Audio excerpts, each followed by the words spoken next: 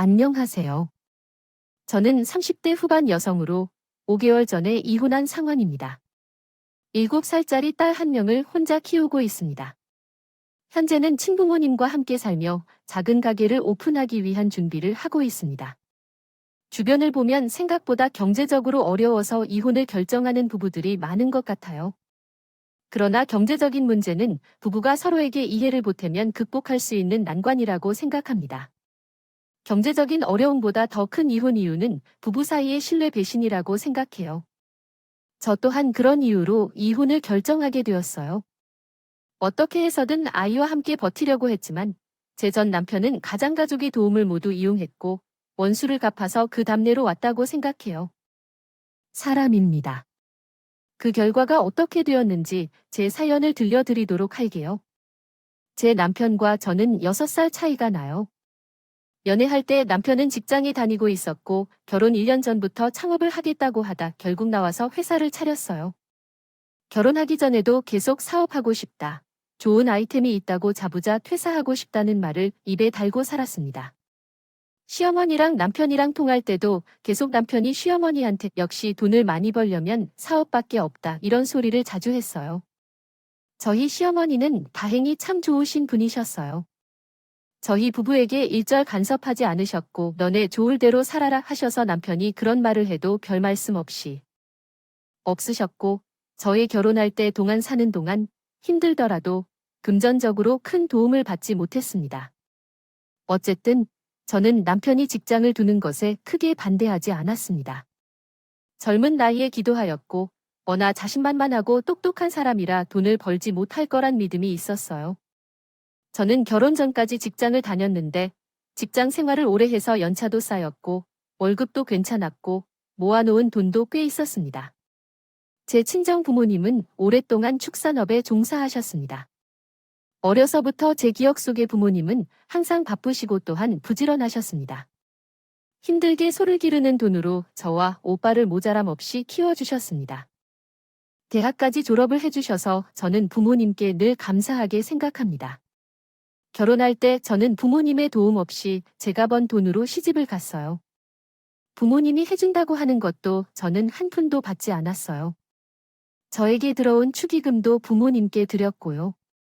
이제는 부모님이 살만하시지만 이만큼의 오기까지 얼마나 많은 고생을 하셨는지 잘 알고 있는데 부모님께 부담을 드리기 싫었거든요. 남편이 사업을 시작할 때 우리 결혼과 함께 힘들었던 경제적인 부분도 맘 아프게 했습니다. 돈이 부족해 처음 신혼집을 대출로 구하고 혼수에다는 전부 생략했습니다. 제가 모아둔 돈으로 전셋집을 마련했습니다. 결혼식 때는 각자의 집에서 비용을 부담했고 시댁에서는 아들을 장가 보내며 사실상 한 푼도 돈을 안 든 것 같아요. 경제적으로 여유가 없는 측면을 제외하고는 이미 상식이 없는 분들은 없을 것 같아요. 서운한 부분이 있어도 넘어가기로 했어요. 앞으로는 남편과 함께 잘 벌어서 저축하는 것이 중요하다고 생각해요. 무엇보다도 남편은 정부에서 지원해주는 창업지원금까지 대출을 받아 회사를 차린 것 같아요. 건축자재를 생산하는 회사를 하는데 처음에는 거래처도 제법 생기고 주주도 3명에서 8명으로 늘리며 조금씩 잘 되는 것 같았어요. 그렇게 3년 정도가 지나니 남편의 사업이 어느 정도 기반이 잡히는 것 같습니다. 하였습니다. 그 사이에 예쁜 딸아이도 태어났고 아이유 때문에 저도 직장을 그만두고 전업주부가 되었습니다. 제 퇴직금으로 경기도 외곽에서는이지만 작은 아파트도 대출을 받아 한 채를 마련할 수 있었습니다. 남편의 사업이 이제는 자리를 잘 잡았다고 생각했고 앞으로는 남편이 말한 대로 큰 돈을 벌어올 것 같아 기대했죠. 하지만 사업이라는 것은 혼자만 잘한다고 잘 되는 것이 아니었어요. 요즘처럼 불황해가 가까운 시기에는 사업이 잘 풀리도록 만들 수 없었죠. 건설 경기가 침체되면서 남편의 회사도 타격을 입게 되었습니다. 점점 힘들어지는 것 같았는데 어느 순간부터는 직원들에게 월급도 제때 못 주게 되었어요. 남편도 생활비를 가져올 수 없는 상황에 이르러 당장 생활비를 빚을 내야 하는 판이 되었어요. 전 재산인 집안을 얻기에 어렵더라도 손대지 말자고 서로 약속했습니다. 그런데 남편의 거래 업체가 부도를 내기 시작하고 우리가 받아야 할 거래 대금을 2억 이상 받지 못해 우리도 결제를 못해주는 상황이 되었고 주문을 받아도 자재값이 없어서 생산을 못하는 지경에 이르렀습니다. 자금이 없어서 주문을 받은 것을 하청하여 완성해주는 방법은 있겠지만 그러면 수입이 줄어들고 회복하는데 시간이 더 걸리게 되었습니다. 즉시 자동 회전을 시키고 회복하는 데 필요한 돈은 거의 3억에 가까워요. 회사가 힘들다니 집에 와서 즐거운 표정으로 있을 리가 없었습니다. 남편은 어떤 사람은 집이 부자라서 어떤 사람은 친정이 부자라서 다 잘 되는데 자기는 도와주는 사람 하나 없이 혼자서 모든 것을 처리하려니 너무 어려웠다는 소리만 하고 앉아 있었습니다. 계속해서 그 소리를 듣니 나 또한 너무 듣기가 싫더라고요. 남편이 돈을 마련해달라는 것 같은 소리를 하지만 들어도 모른 척했습니다. 그러나 어느 날 얘기를 해오더니 지금 회사가 자금이 없어서 너무 힘들지만 이 어려운 시기를 극복하면 자금 운영이 잘 될 것 같아. 그렇기에 당신의 친정의 도움을 좀 받을 수 있는지 궁금해서 이야기를 해보고 싶어요. 당신도 아시다시피 저희 집에서는 도움을 받을 수 있는 상황이 아니잖아요.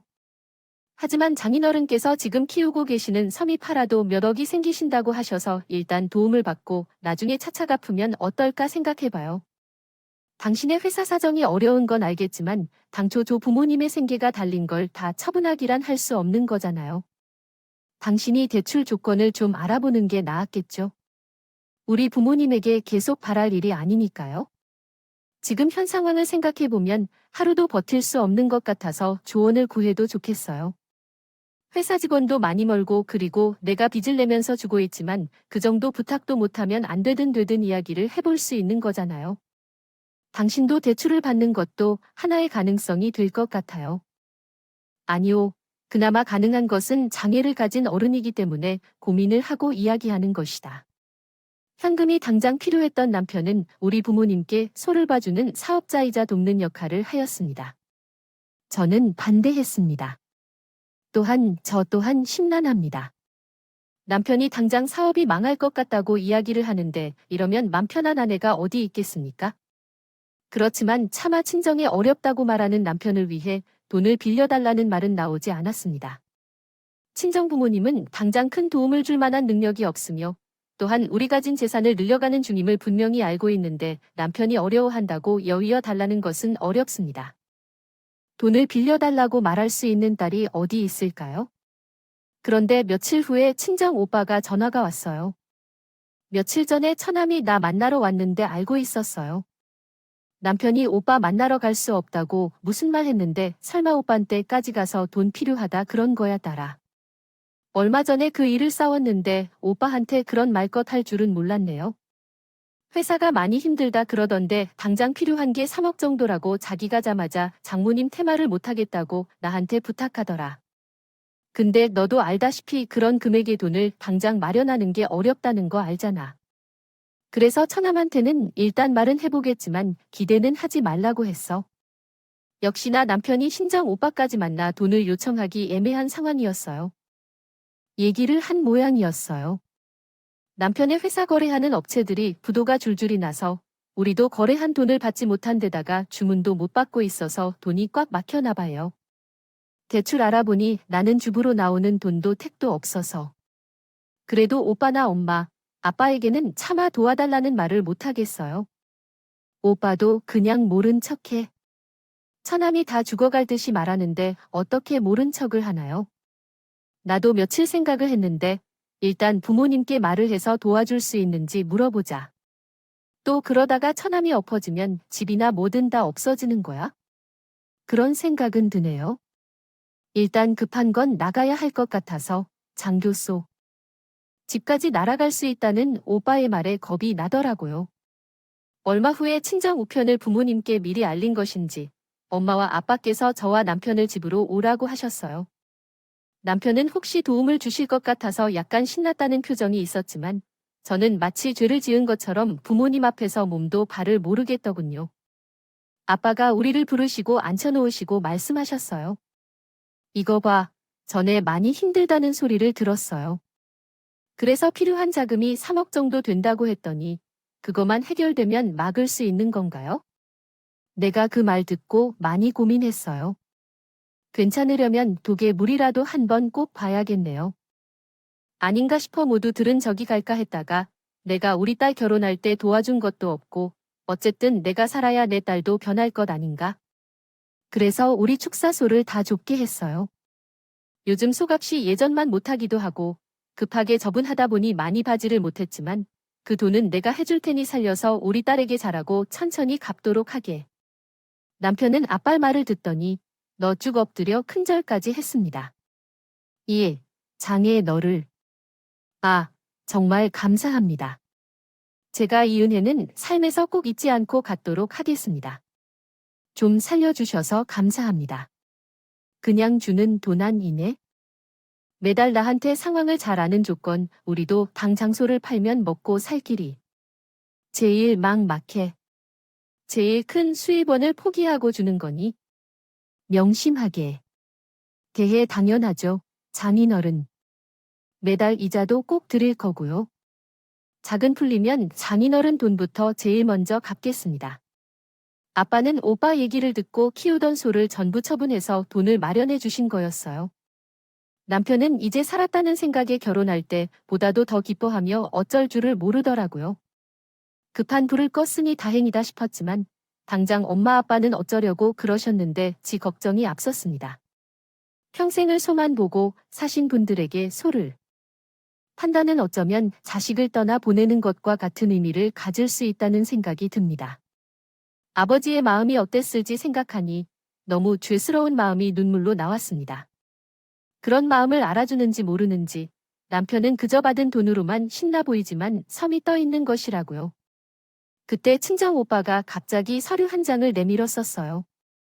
저남 여기에 서명하고 무인 찍어봐라고 하더니 내민 서류가 차용증이었습니다. 가족 간에는 믿음으로 빌려줄 수는 있지만 그래도 혹시 몰라서 형식적으로 쓰는 거야? 물론 내가 잘 갚을 거로 알고 있지만 우리 부모님도 돈이 남아있어서 도와주는 게 아닌 걸 알고 있지. 전남도 힘들겠지만 우리 부모님 돈부터 조금씩 차근차근 갚아야겠다. 당연하지 형님, 무슨 일이 있어도. 장인님, 먼저 돈을 갚기 시작하겠습니다. 걱정 마십시오. 정말 도와주셔서 감사합니다. 죽고 싶다는 생각만 들었지만 살려주신 분이 있는 것이죠. 신랑은 차용증도 읽지 않고 바로 지문을 찍습니다. 우리 부부는 부모님의 도움으로 어려운 상황을 극복할 수 있었습니다. 다행히 부모님의 지원으로 남편의 건강도 회복되었고 남편의 사업 상황도 좋아졌습니다. 그 후 남편은 사업 때문에 매우 바빠졌습니다. 그 시기에 남편은 조달 업체에 등록해 사업에서 많은 성과를 거두게 되어 상당한 금액을 벌게 되었습니다. 남편이 많이 바빠지다 보니 사실상 아이를 키우는 일은 거의 저에게 맡겨져 있습니다.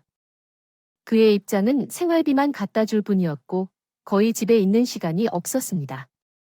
행사와 미팅이 많아 출장이 잦았기에 집에 늦게 오거나 외박을 하는 경우도 종종 있었습니다.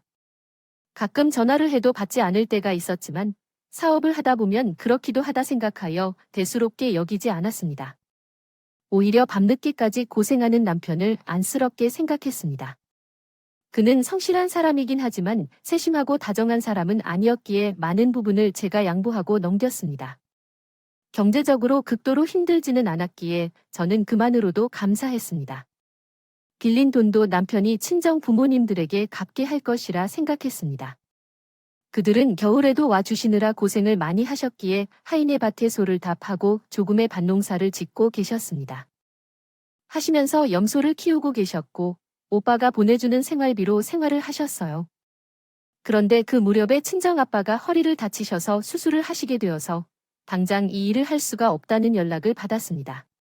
그러면서 하시는 말씀이 남편이 제대로 돈을 보내주지 않고 있다는 것이었습니다. 처음 돈을 갚기로 한 몇 달간은 꼬박꼬박 이자를 보냈는데 작년부터는 2달에 한 번 혹은 석 달에 한 번 보내는가 싶더니 3달 전부터는 아예 돈을 보내지 않고 있다는 것이었어요. 저는 남편의 사도 이만하면 잘 굴러가고 있다고 생각했고 매달 우리 집에 돈을 갚아내느니 하는 말을 하기 싫어서 남편을 믿고 있었는데 아빠의 말을 듣고 정말 화가 나더라고요. 갚은 돈이 절반도 아니라는 말을 듣자 더는 남편을 두고만 볼 수 없었어요. 그래서 그날 집에 돌아온 남편에게 상냥하게 말했어요. 아빠가 오늘 전화했는데 허리 수술을 하셔서 몸이 좋지 않으셔서 당분간 일을 못 하실 것 같대요. 몇 달 전부터 아빠에게 돈을 보내지도 않으셔서 현재 어려움을 겪고 있으셔서 몇천만 원이라도 줘서 도와주면 좋겠다고 하셨어요. 그렇게 도와줄 수 있을까요? 제 말을 듣은 남편은 표정이 일그러졌어요. 지금 일해서 돌아온 사람에게 그런 말은 너무하다. 친정집에 동갑인 사람에게 그런 소리 하는 건 내 사위가 처갓집 돈을 훔쳐먹겠다고 하는 것과 같아. 죽어도 못 보겠다. 회사에서 약간의 어려움이 있어서 잠시만 기다려 주실 수 있나요? 그런 경우 있으면 다시 드릴 테니 그러니까 알고 그런데 말만 한 거였군요. 남편은 계속해서 미루며 돈을 안 주려고 했어요. 제가 지켜보다가 참지 못하고 몇백 원이라도 먼저 주겠다고 하니 자기도 돈이 없다는 이상한 얘기를 하네요. 정말 돈이 없어서 주지 않는 건지 우리 집에 돈이 없어서 주지 않는 건지 저는 그냥 가출해서 친부모님께 너무 미안해서 속이 다 타들어갔습니다. 회사 직원을 추가했더니 인건비가 많이 들어간다는 등 제 값을 못 받았다는 등의 핑계를 계속해서 하더니 어느 날은 화를 내며 말했어요. 다 주고 나서 빌렸을 때는 금방 갚을 것처럼 말하고 돈이 급한 부탁을 듣고 나니까 그 돈을 갚는데 아쉽습니다. 아래는 주어진 내용을 올바르게 수정한 한국어 문법입니다. 아깝다. 아버지 제사 때는 소가 전부였던 걸 알면서 당신이 이제 와서도 계속 모른 척하는 걸 이해할 수가 없어. 나는 더는 취사할 말이 없으니까 이번 달에라도 우리 아버님 때문에 갚아줘. 그래서 돌아온 남편의 말이 정말 어이가 없었어요. 그래? 누가 아는 소를 8월에 팔아. 장인분도 참 답답해했을 텐데 몇 마리는 노후를 생각해서 남겨두셨어요. 다 팔아버리고 나서 언제쯤이고 이제 와서 도와오라고 하면 당장 어떻게 돈 못 갚을지 나한테 물어보냐고. 아무리 말로 나를 언제 팔아서 돈을 달라고 했냐고. 내 얼굴만 보면 돈을 달라는 말이네. 지긋지긋해. 정말 너의 집안이 그냥 지겨워. 다시 창 밖을 향해 피하고 싶어. 자기가 힘들 때라도 간이라도 내주려 할 것처럼 언제든 어떤 때든 와서 돈같이 싫다는 건 아니야? 지금은 여유가 없어서 그렇게 이해해줘. 나한테 더 이상 얘기하지 마. 내가 지금 얼마나 힘든지 알아. 회사도 이미 힘든데 왜 지금 갑자기 돈을 내놓으라는 거야? 남편과 나는 그날 아이 앞에서 너무 심하게 싸우고 있어. 돈 문제로 다툰 것 말고는 진짜 이해하기 어려운 일이 더 없어. 남편은 바빠서 상대적으로 저는 사원밖에 하지 않은 것도 많은데 혼자서 모든 것을 감당하며 살았는데 그런 사람에게 서운함을 표현하고 싶진 않아. 살아야 할까 싶은 생각이 들었습니다. 친정 부모님이 힘든 상황에 있어도 제가 도와드릴 수 없어서 너무 죄송한 마음이 들었고 남편만 믿어주던 저에게 남편이 준 생활비는 150만 원이었습니다. 솔직히 150만 원이 최저생계비를 넘기는 돈인지 궁금했습니다. 관리비와 30만 원의 핸드폰 요금, 기름과 보험료를 낸 뒤 남은 돈으로 아기에게 이쁜 옷 한 벌을 사기가 어려웠습니다. 그러다가 돈이 없어서 어려웠다는 말에 자기 카드로만 생활비를 사용하라는 조언을 받았습니다. 다음 날 마트에 가서 장을 보고 남편의 카드로 결제를 시도했지만 카드가 도난 신고로 막혀 결제가 되지 않았습니다. 그래서 아빠한테 돈을 빌려야 했습니다. 싸웠던 것을 이렇게 복수하다니 남편이랑 싸우다가 카드를 정지시켜버린 거였어요. 정말로 너무 창피하고 당황스러워서 집에 와서 울었습니다.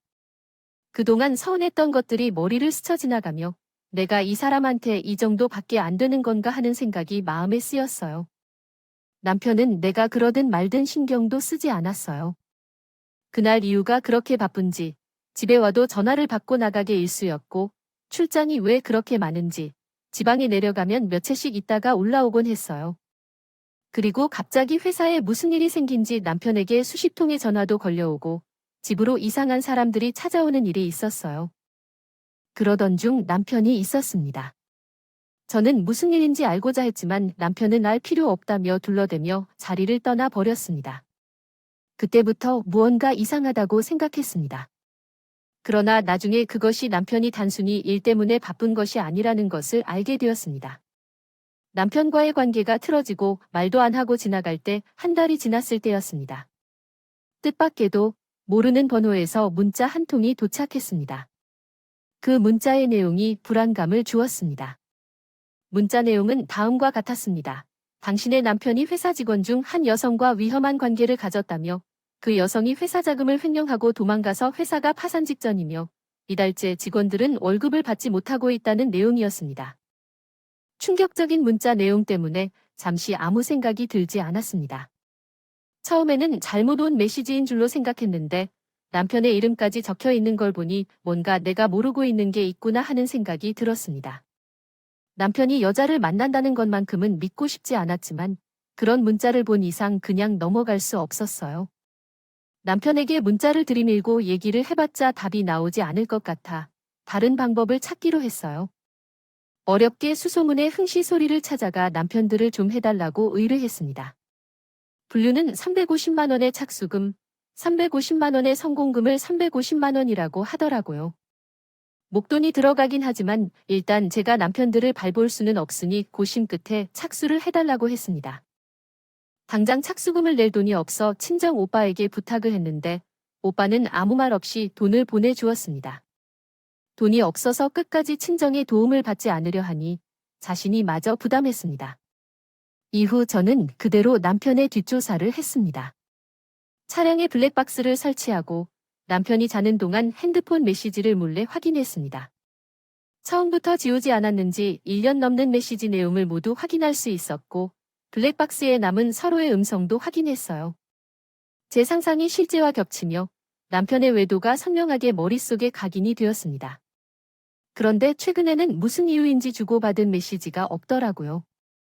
일단 중요한 것들은 모두 모아 보관했습니다. 약 일주일 뒤 흥신소에서 가져온 내용은 다음과 같았습니다. 남편이 여자를 만난 것이 맞다고 하더군요. 회사에서 해결을 보던 여직원이었는데 그 여자와 1년 넘는 시간 동안 관계를 가졌다고 합니다. 해당 여자의 이름과 나이까지 알아냈습니다. 그리고 하는 말이 지금 남편의 회사 사정이 매우 안 좋다고 하더군요. 회사 직원을 만나 물어봤더니 당장 망할 정도는 아니지만 남편이 만나던 내연녀가 맘먹고 회사 돈을 횡령해 가고 있다고 합니다. 직원들이 그 둘의 관계를 모두 알 만큼 그 둘은 대놓고 출장도 같이 다니고 지방에서 며칠씩 같이 일정을 함께 했다고 했습니다. 그리고 현재는 회사 돈을 가지고 어디로 숨어버렸는지를 알 수 없다고 합니다. 남편도 그 여자를 찾아갈 예정이며 눈이 함께 이야기했습니다. 벌써 그만큼 열혈하며 낮에도 밤에도 정신이 없다고 하면서 그래서 둘 사이의 사실을 확인할 증거는 만날 수 없다고 지금까지 말했더라. 그래서 그들은 여기까지만 조사하겠다고 했습니다. 익명 메시지를 받은 것은 아마도 남편의 직원 중 한 명이 보낸 것이라고 추측했다. 지금까지 남편은 회사가 바쁘다고 생각했지만 여자를 만나서 시간을 뺏는 거였네요. 제가 어리석었어요. 집에 신경 하나도 쓰지 않는 남편을 그냥 내버려두고 금을 잘 썼기만 하다고 생각했었으니까요. 물론 지금까지 잘 해왔던 남편인데도 살다 보면 실수를 할 때가 있겠지 하고 말이죠. 정리하라고 담요해도 되나요? 나는 내 나름대로 속으로 혼자 고생하며 모든 것을 참아왔기 때문에 이제 더 이상 참을 수가 없었습니다.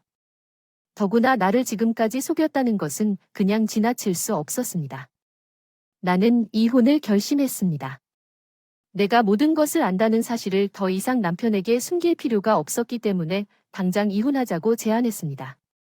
우리가 금후 잘 맞는 부부가 아니라 생각되고 내가 그에게 일부인이 되었다면 인정하며 빨리 헤어지자고 했습니다. 하지만 금전 관계에 대해는 명확히 정리해주지 않으면 이혼 소송과 외도자 소송을 모두 제기할 것이라고 경고했습니다. 남편은 내가 모든 것을 안다는 사실에 포기한 듯 알았다며 이별하자고 하더라고요. 그래서 그냥 조용히 합의하여 이혼으로 끝낼 수 있을 줄 알았습니다. 그런데 몇 시간이 지나 남편이 들어와서는 이혼을 못 해주겠다고 하는 겁니다. 그동안 육아에 도움을 준 것도 없으면서 아이를 핑계 삼더라고요. 아이는 잘 키워야 하지 않겠냐며 말하면서 말하기를 당신이 지금 감정으로 격해져 있어서 이별하자고 하는 건 알아요. 근데 당신이 지금 돈을 버는 것도 아니고 이별 외에는 아이와 함께 먹고 살 건데 우리가 지금 재산이라고 있는 거 집 한 채야? 그거 공동명의인데 나눠 가지자. 서로 손해 안 있어. 어차피 상관없는 요소 성기한 3년이야. 내가 지금 그 여자를 만나고 있는 것도 아니에요. 당신은 언제든지 맘껏 모욕 소송할 수 있는 거죠. 그래서 우리는 당분간 아이를 키우면서 함께 살아가기로 했어요. 남편의 말에는 이해할 수 없는 점이 많았습니다. 그래서 남편은 자신이 현재 누리고 있는 것을 포기하기꺼리며 시댁이나 우리 친척 또는 자신이 바람을 피운 사실이 알려질 수 있게 된다면 싫어했어요. 하지만 저는 그 사실을 시댁에 말할 수도 없고 주변 사람들에게 말할 수도 없으며 고소할 수도 없어요. 기존에 살던 대로는 살 수 없을 거라고 생각해요. 이미 명백히 당신의 배신이 드러나서 마음이 아파요. 이 생각은 하루에도 12번씩 나타나서 죽을 때까지 짚고 맞출 것 같아요. 만약 당신이 이와 같은 태도를 보인다면 나도 그 이상은 어렵겠어요. 이러한 상황은 조용히 넘어갈 수 없을 거예요. 당신이 우리 아버지께 빌린 돈을 당신의 회사를 팔더라도 돌려주어야 할 거니까요. 그것부터 갚으세요. 저는 아이를 데리고 친정으로 그 길로 집에 돌아가겠습니다. 벌써 어떻게 해야 할지 감이 왔어요. 친정 부모님께서는 왜 남편이 돈을 왜 가지고 있지 않았는지, 외도 사실까지 전부 말씀드렸더니 엄마는 거의 쓰러질 것처럼 놀랐습니다. 아버지도 많은 충격을 받으셨습니다. 사회에서는 어떻게 됐든 돈의 거래라도 하는 것이 중요하다고 생각했기에 어떡하지 걱정을 하셨죠. 그런데 아버지는 남편에게 즉시 내일 집으로 오라며 설치를 쳤습니다. 남편은 뻔뻔하게도 과일까지 사들고 다음날 친정으로 왔습니다. 이야기가 전부 어떻든 상관없이 네 번째 문단까지는요. 다른 여자까지는 낮게 느껴지는데 굳이 내 딸에게 같이 살라고 말하고 싶은 생각은 없으니 내가 빌려줬던 것은 돌려받고 깔끔하게 결별해서야겠네요. 장인님. 저도 돈이 있으면 당장 가지고 싶겠지만 지금 정말 돈이 없습니다. 당정 회사도 지금 어려운데 아무리 어려워도 회사가 당장 망하는 것은 아니잖나요? 전에 말만 믿고 돈을 빌려줬는데 이제 와서 돈이 없다는 소리만 듣자니 여러분 어떻게 해야 하나요? 집이라도 팔아서 돈을 써야 할까요? 아무리 그렇게 말씀하셔도 저는 장인님께 지금 돈이 부족한 점을 말씀드립니다. 돈이 나올 때가 있으면 주겠다고 했잖아요. 자네, 지금 돈이 나올 때가 있으면 줄 수 있는 거였나요? 지금 당신이 한 말에 대해 확실하게 책임을 질 수 있도록 하시오. 정말 놀라웠어요. 남편은 돈이 있어도 가지 않는 풀심산이랍니다. 어떻게 된 거죠? 긴급할 때는 그렇게 다른 사람의 돈을 쉽게 쓰면서 갚으려 노력하지 않나 봅니다. 대화를 못하는 제가 하나 말씀드리려는데 아버지께서 갑자기 일어서셔서 한쪽 방에서 서류 한 장을 들고 나오셔서 남편 앞에 그것을 내밀었습니다. 무엇인가 하고 그것을 자세히 살펴보던 남편의 얼굴이 갑자기 창백해졌어요. 차용증 13을 가지고 귀여운 나나에게 상을 빌려온 그날, 제 손으로 직접 서명하고 무인 카페에 지정된 것에 대해 남편은 아무 말 없이 차용증을 읽어본 후 갑자기 아버지에게 무릎을 꿇고 있었어요. 제발 빌겠습니다. 정노를 한 번만 살려주십시오. 제가 가지 않을 건 아니고 지금은 정말 돈이 없어서 그렇습니다. 이 정도까지 하려고는 안 했지만 그때는 이렇게 해놓고 끼는 것처럼 자영합니다. 전에 말한 바처럼 이번 달까지만 기다려주시면 대신을 드리겠습니다. 그때까지 제 돈 안 나간다면 약속한 대로 제 통장과 차량은 제 명의로 된 재산 전부를 압류하고 추심 절차를 진행할 것이니 알아두세요. 그리고 저희 딸이 깨끗이 잔 것처럼 회비를 부탁드립니다. 갑자기 그런 큰 돈은 어디서 구하겠습니까? 부디 살려주세요.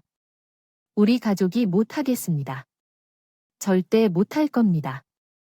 조금 전까지 돈이 없다면 대체라는 태도로 일관하던 남편이 아버지님이 내밀어주신 차용증을 현장에서 벌벌 떨며 아버지는 동갑이면 울 거 아니면 다시는 찾아오지 말라면서 남편을 집에서 내보냈습니다. 아버지가 최초 어떻게 된 건지, 그때 쓴 차용증에 어떤 내용이 있었길래 3년 전에 기억이 날지도 몰라요. 네 오빠가 혹시 모를 자영증 쓰자고 한 거 아니었으면 네 신랑에게 그 돈을 다 주고 끝낼 뻔했지 뭐냐. 알고 보니 남편에게 돈을 빌려줄 때 쓴 차용증에는 채무와 이자에 관한 사항뿐만 아니라 변제하지 않는 경우의 위약금과 조건까지 다 적혀 있었는데 변호사 사무실에서 공문을 받아들인 것이었어요. 규제야, 기억이 났습니다. 그때 남편이 차용증에 사인을 하고 며칠 후에 오빠가 제게 전화를 해서 공중을 받아야 한다고 하니 남편이 직접 오던지 아니면 남편을 위임장을 가져와서 저한테 인감을 찍게 해달라고 했던 적이 있었거든요. 남편에게도 얘기를 했었는데 그분은 바빠서 제게 처리하라고 했었고요. 그때 변호사 사무실에서 발견한 차용증 공중을 받아놓은 것이 운명의 한 수가 될 줄은 몰랐습니다. 공중을 받지 않았다면 남편으로부터 돈을 받아내는 과정이 꽤나 복잡해질 뻔했는데 차양증의 내용에 따르면 채무자가 사회 채무를 정상적으로 이행하지 않을 경우 강제 집행을 승인한다는 문구로 인해 남편의 재산에 직접 강제 집행을 할 수 있는 권한이 생겼어요. 우리 친정 오빠가 해안이 있었던 것 같죠. 아무리 자식이라 해도 금전 관계는 냉정해야 한다는 걸 다시 한번 배웠습니다. 남편은 그가 처형 정관장이 무슨 효력이 있겠냐며 무시했던 것 같아요. 아마 안 갚으면 그만이라고 생각했을 거예요. 설마 자기 명의로 된 재산을 강제로 처분할 수 있다고는 생각하지도 못해서 차용증 내용을 보자마자 아빠에게 싹싹 빈 거 구역해요. 아빠가 제 대신 남편에게 복수를 해준 것 같아서 내심 통쾌했습니다. 차용증 덕분에 제 이혼 절차도 좀 쉬워졌어요. 친정 아버지는 한 달에 말미를 주었지만 다행히도 남편은 이 돈을 아버지에게 갚지 않았습니다. 아버지는 채권 확보를 위해 차용증 내용대로 남편의 재산을 압류하는 절차를 시작했어요. 남편의 명의로 된 차, 통장, 집, 그리고 모든 재산에 대해 채권 수성을 시작했죠. 저는 친정에서 지내며 남편과 이혼 절차를 밟았습니다. 제가 원하는 것은 이혼과 아이 양육권, 그리고 위자료와 정당한 재산 분할을 얻는 것입니다. 집은 공동명의로 되어 있어 처분하면 남편의 지분이 줄어들 것으로 생각하였지만 아버지가 남편의 지분을 압류하여 다른 사람이 얻을 가능성이 생겼어요. 어떤 무엇이 채권에 기대어 먹인 집을 사겠어요. 남편이 돈이 없어서 압류 해제를 하려면 자신의 지분을 저에게 증여해야 했습니다. 제가 원했던 것이었죠. 결국 남편은 울면서 분명을 이전해 주었습니다.